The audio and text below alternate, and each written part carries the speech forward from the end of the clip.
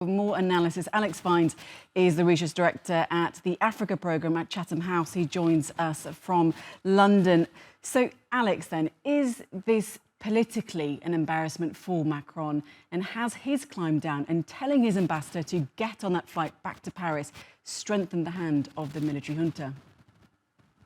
Yes, look, this is a humiliation for France. The French policy was to try and retain the French ambassador, saying he was accredited to the presidency of the ousted President Bazoum, and that the French were then, in effect, waiting for a regional intervention to restore Mr. Bazoum. It's become clear now that that wasn't going to be possible, and the humanitarian conditions in the French embassy in the capital, Niamey, had deteriorated to the point that the ambassador needed to be withdrawn and diplomats around him.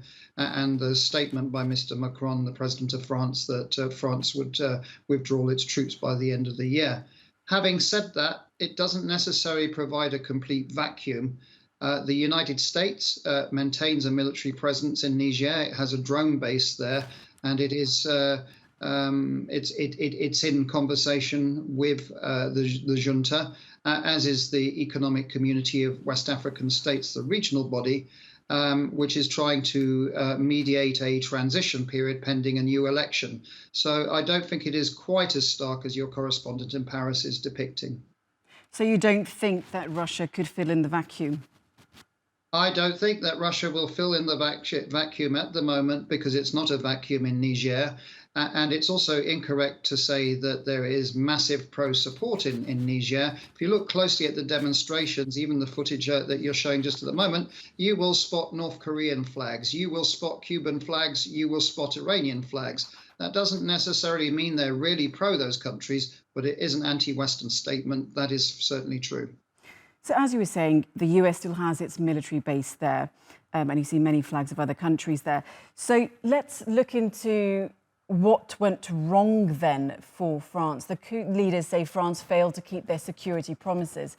So where did it go wrong, and why hasn't France been successful, you could say, in its anti-terror operations in the Sahel? Well, that's right. I mean, there have been coups in Mali with a junta that is very anti-French. I mean, it's apoplectically anti-French at the moment. Things have not gone well for France in neighboring Burkina Faso either. There's a junta there. The coup that occurred 2 months ago in Niger is a more complicated coup.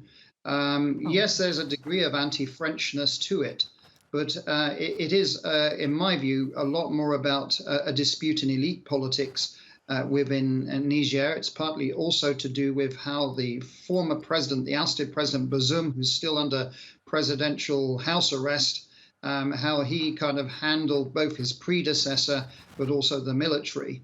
And so it's a complicated story. Not each coup that has been occurring recently is the same. I mean, the coup that happened in Central Africa and Gabon, you could actually argue is a pro-French coup in some ways. So this is complicated.